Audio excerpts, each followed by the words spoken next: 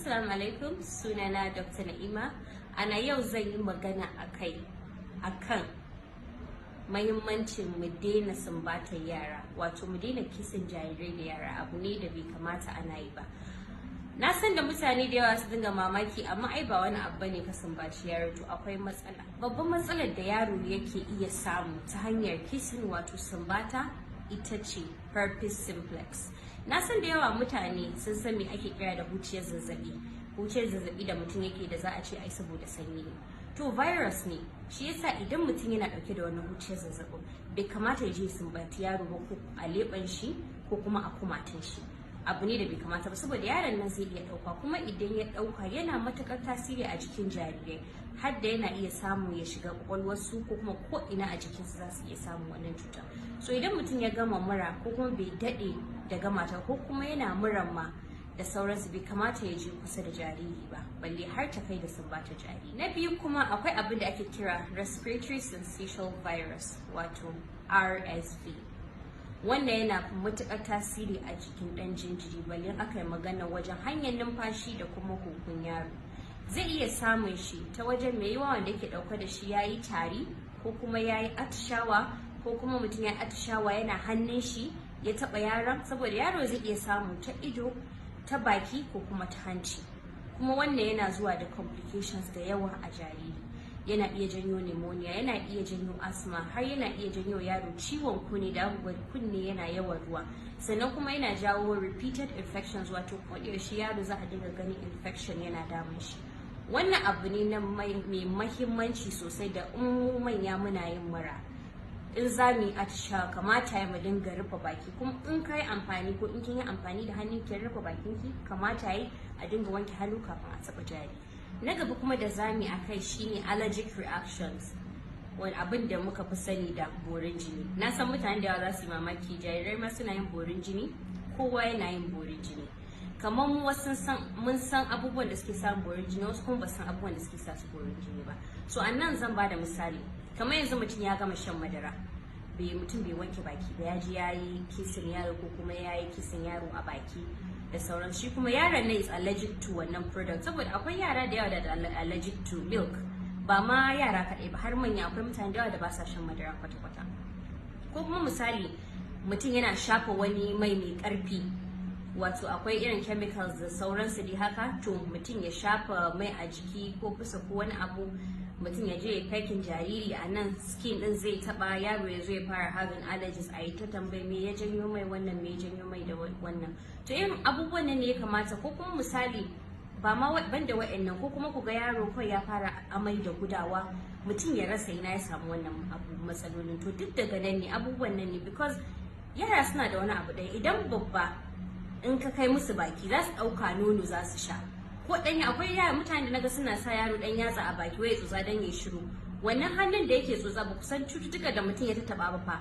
So ya kamata mu yi wa kanmu, mu faɗakar da kanmu. Jarirai ba da rayuwarsu daban take da mu manya, saboda akwai abin da ake kira immune system, wato immunity ɗin mutum. Wannan immunity in yana taimakon ɗan adam da ya yi fighting wasu cututtuka da suke jikinmu. Wasu cututtukan ma jikinmu yana iya faɗa da su ba tare da ma sun bayyana ba. So a jarirai wannan immunity in nasu su bai gama maturing ba, wato bai gama zama inda ya kamata ba, har da zai kare su sosai yadda ya kamata kamar a manya. So nasu already bai gama maturing ba, so abu kaɗan a jarirai zai iya janyo musu matsala. Akwai kuma abin da muke kira hand, foot and mouth disease. Wannan yana janyo ciwo ko kuma ƙurarraji a leɓen yara, bakinsu, hannayensu da ƙafafuwansu. Shi ma wannan dai duk saboda wannan low immunity ne da na yaro bai gama maturing ba, shi yasa yara suke samun shi. Ina kiran jama'a don Allah don Annabi mu daina sumbata yara a bakinsu ko a leɓensu. Ko ke a matsayin mahaifiyar jaririn nan, ko kai a matsayin uban yaron nan, in kana mura ko kuma kana da huciyar zazzabi, ko kuma ka je waje ka yi aikace kan tattaba wani waje, kafin ku ɗauki yaron nan ya kamata ku wanke hannayenku. In kuna mura bai kamata kuna kusancin yaron nan ba, saboda yara suna iya ɗaukan mura very easy, suna iya ɗaukan mura daga wajen manya. So ko ku a matsayin iyayen yaran nan akwai lokacin da bai kamata kuna kusantar yaran nan ba, balle har da kai da mutum ya yi kisin ɗin shi ko kuma ya yi pekin ɗin shi, balle mutum ya da huciyar zazzabin nan ko kuma wasu cututtuka dai daban-daban haka. Sannan kuma akwai wani abu da na lura mutane suna yi, za ku gani sai su ci, iyaye mata sun fi yin shi, za ku ga sun ci abu a bakin su tauna sai a ce ko nama ne a tauna yaro tukunna a cire sai a bashi.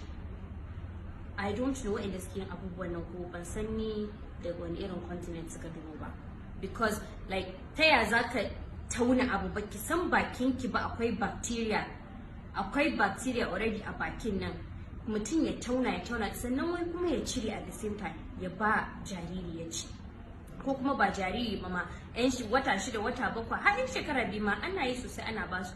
Me yasa wannan naman akwai abin da ake kira a daddaka shi yayi laushi inda ya kamata na dauka a basu. Su fa jariran nan su ma fa mutane ne fa, kamar inda babba akwai irin abincin da ba zai gani ya ci ba, to su ma fa haka jariran nan fa. Tsafta ya kamata, tsaftarsa da ya kamata a yi, idan mutum shi jikin shi yana tsafta 50 to na yaro ya kamata ya 150 ne.